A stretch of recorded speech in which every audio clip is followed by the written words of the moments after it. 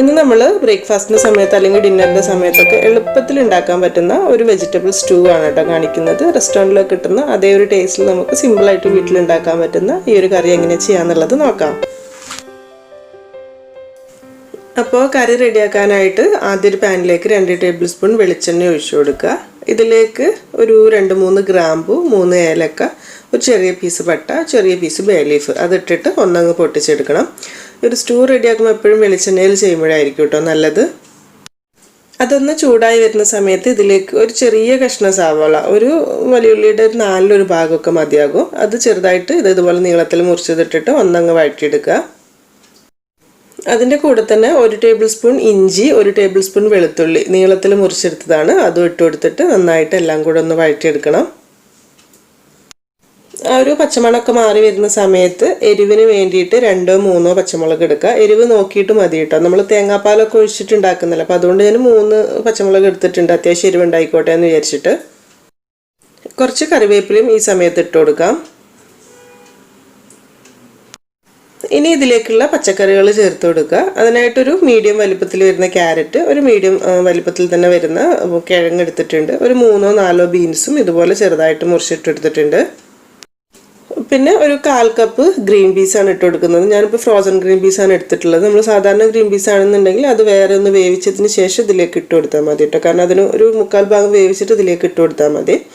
അതുപോലെ തന്നെ ഇനി കോളിഫ്ലവർ ഒക്കെ ഉണ്ടെങ്കിൽ കുറച്ച് ഇട്ട് കൊടുക്കുക, നിർബന്ധമൊന്നുമില്ല. ഉള്ളതിനനുസരിച്ചിട്ട് വെജിറ്റബിൾസ് എടുത്താൽ മതി. ഇത്രയും കാര്യങ്ങളെല്ലാം കൂടെ ചേർത്തിട്ട് തീയൊന്ന് കൂട്ടി വെച്ചിട്ട് നന്നായിട്ടൊന്നങ്ങ് വഴറ്റി മിക്സാക്കി എടുക്കുക. ഒരു 1 മിനിറ്റോളം നന്നായിട്ട് മിക്സാക്കി എടുത്തതിന് ശേഷം ഇതിലേക്ക് ആവശ്യത്തിനുള്ള ഉപ്പ് ചേർത്ത് കൊടുക്കാം.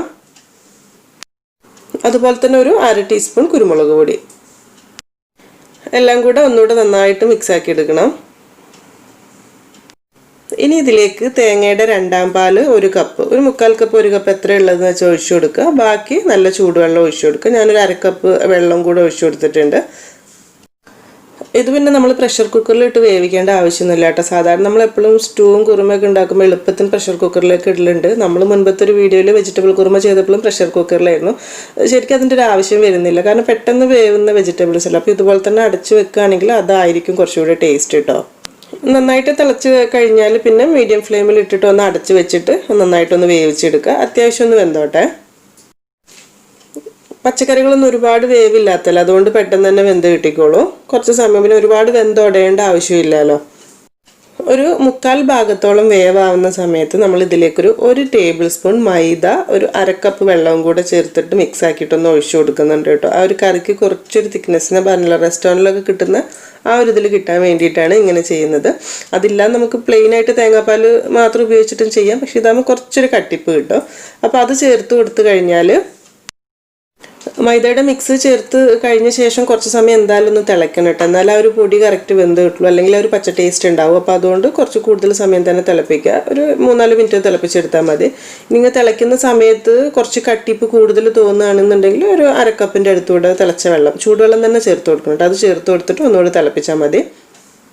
പിന്നെ ഈ ഒരു അളവിലേക്ക് ശരിക്കും 1 ടേബിൾ സ്പൂൺ മൈദപ്പൊടി തന്നെ കറക്റ്റ് ആയിരിക്കും. ഒരിക്കലും കൂടുതൽ എടുക്കരുത്, കാരണം ഈ സമയത്ത് തന്നെ കറി കറക്റ്റ് കുറുകിക്കോട്ടെ എന്ന് വെച്ചിട്ട് കുറച്ച് കൂടുതൽ കലക്കി ഒഴിച്ച് കഴിഞ്ഞാൽ കറി തണുത്ത് കഴിയുമ്പോൾ കുറച്ചുകൂടി ഒരു കട്ടി വരാനുണ്ട്. അപ്പോഴേക്കും ചിലപ്പോൾ ഭയങ്കരമായിട്ട് കട്ടിയായി പോകും, കറിക്ക് നമ്മൾ വിചാരിച്ച ടേസ്റ്റ് കിട്ടില്ല.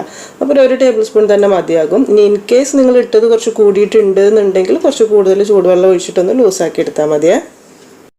ഇപ്പോൾ ഒരു 3-4 മിനിറ്റൊക്കെ തിളച്ച് കഴിഞ്ഞിട്ട് ഈ ഒരു രീതിയിൽ പാകം കുറുകൽ ഇതുപോലെ ആയിട്ട് വന്നിട്ടുണ്ട്. വെജിറ്റബിൾസൊക്കെ പാകത്തിന് വെന്തിട്ടുണ്ട്. അപ്പോൾ ഇനിയിപ്പോൾ ലാസ്റ്റ് ഇതിലേക്ക് കുറച്ച് കട്ടിയുള്ള തേങ്ങാപ്പാൽ, തേങ്ങയുടെ 1ാം പാൽ, ഒരു 1/4 കപ്പ് തേങ്ങാപ്പാൽ ആദ്യം മാറ്റി വെച്ചിട്ടുണ്ടായിരുന്നു, അത് ഒഴിച്ചു കൊടുത്തിട്ട് നന്നായിട്ടൊന്ന് മിക്സ് ആക്കി എടുക്കുക. ഇനി തിളപ്പിക്കേണ്ട ആവശ്യമില്ല, ഒന്നങ്ങ് ഇളക്കി ചൂടാക്കി കഴിഞ്ഞാൽ ഗ്യാസ് ഓഫ് ചെയ്യുക കേട്ടോ. ഇപ്പോൾ പാകത്തിന് ഗ്രേവി ആയിട്ട് വന്നിട്ടുണ്ടാവും. എന്നിട്ട് ലാസ്റ്റ് ഇതിലേക്കൊരു 1 ടീസ്പൂൺ പച്ച വെളിച്ചെണ്ണ വേണമെങ്കിൽ ഉറ്റിച്ചു കൊടുക്കുക. അതായത് നല്ലൊരു ടേസ്റ്റ്, നാടൻ ടേസ്റ്റ് കിട്ടാൻ വേണ്ടിയിട്ടാണ് ലാസ്റ്റ് കേട്ടോ. അപ്പം ആ ഒരു കറിയുടെ തിളയൊക്കെ നിന്നതിന് ശേഷം ഒഴിച്ചു കൊടുത്താൽ മതി. തിളയ്ക്കുന്ന സമയത്ത് തന്നെ പച്ച വെളിച്ചെണ്ണ ഒഴിച്ചു കഴിഞ്ഞാൽ ചൂടായ ടേസ്റ്റ് തന്നെ കിട്ടുള്ളൂ, പച്ച വെളിച്ചെണ്ണയുടെ ടേസ്റ്റ് ഉണ്ടാവില്ല. അപ്പോൾ അതൊന്ന് നോക്കിയാൽ മതി. ലാസ്റ്റ് കുറച്ച് ഫ്രഷ് ആയിട്ടുള്ള കറിവേപ്പില വേണമെങ്കിൽ ഇട്ട് കൊടുക്കുകയാണെങ്കിൽ നന്നായിരിക്കും. നമ്മൾ മുൻപ് വെജിറ്റബിൾ കുറുമയൊക്കെ ചെയ്ത സമയത്ത് മല്ലിയിലയാണ് ലാസ്റ്റ് ഇട്ട് കൊടുത്തിട്ടുള്ളത്. ഇനി അത് വേണമെങ്കിൽ ഇടാൻ കുഴപ്പമൊന്നുമില്ല, എന്നാലും സ്റ്റൂ ആവുന്ന സമയത്ത് നമ്മൾ പച്ച വെളിച്ചെണ്ണയൊക്കെ ഒഴിച്ച സ്ഥിതിക്ക് ഈ ഒരു കറിവേപ്പില ഇടുന്നതായിരിക്കും കുറച്ചുകൂടെ നല്ലത്. അപ്പോൾ ഇത്രയേ ഉള്ളൂ, നമ്മുടെ പരിപാടി കറി റെഡി ആയിട്ടുണ്ട്. ശരിക്കും നോക്കുന്ന സമയത്ത് കണ്ടില്ല, തേങ്ങാപ്പാലും വെജിറ്റബിൾസും വേറെ വേറെ നിൽക്കാതെ നല്ല പാകത്തിന് ചെറിയൊരു കട്ടിപ്പോട് കൂടി തന്നെ നിൽക്കുന്നുണ്ട്, പുറത്തുനിന്ന് കഴിക്കുന്ന പോലെ തന്നെ. അപ്പോൾ നമുക്ക് വീട്ടിൽ എന്തെങ്കിലും ഫംഗ്ഷനൊക്കെ വേണ്ടിയിട്ട് കുറച്ച് കൂടുതൽ അളവിലൊക്കെ സ്റ്റൂ ഉണ്ടാക്കണമെങ്കിലൊക്കെ ഈ ഒരു രീതിയിൽ ചെയ്യുകയാണെങ്കിൽ എളുപ്പത്തിൽ ചെയ്യാം കേട്ടോ. ഈ ഒരു കറി ചൂടോട് കൂടെ തന്നെ അപ്പം, ഇടിയപ്പം അല്ലെങ്കിൽ ചപ്പാത്തിയുടെ കൂടെയൊക്കെ കഴിക്കാൻ പറ്റുന്ന നല്ലൊരു കോമ്പിനേഷൻ റെസിപ്പി തന്നെയാണ്. കൂടുതൽ ആളുകളും ചെയ്ത് നോക്കുന്ന, സ്ഥിരമായിട്ട് ചെയ്യുന്നത് തന്നെയായിരിക്കും. എന്നാലും ഈ ഒരു രീതിയിൽ ചെയ്ത് നോക്കാൻ താല്പര്യം ഉണ്ടെങ്കിൽ ചെയ്യുന്ന സമയത്ത് ഫീഡ്ബാക്കൊക്കെ അറിയിക്കുക. അതുപോലെ വീഡിയോ ഇഷ്ടമായിട്ടുണ്ടെങ്കിൽ എന്തായാലും ലൈക്ക് ചെയ്യാനും ഷെയർ ചെയ്യാനും കൂടെ മറക്കരുത് കേട്ടോ. അപ്പോൾ ഇനി എന്തായാലും നല്ല റെസിപ്പിയായിട്ട് പുതിയ വീഡിയോയിൽ കാണാം. താങ്ക്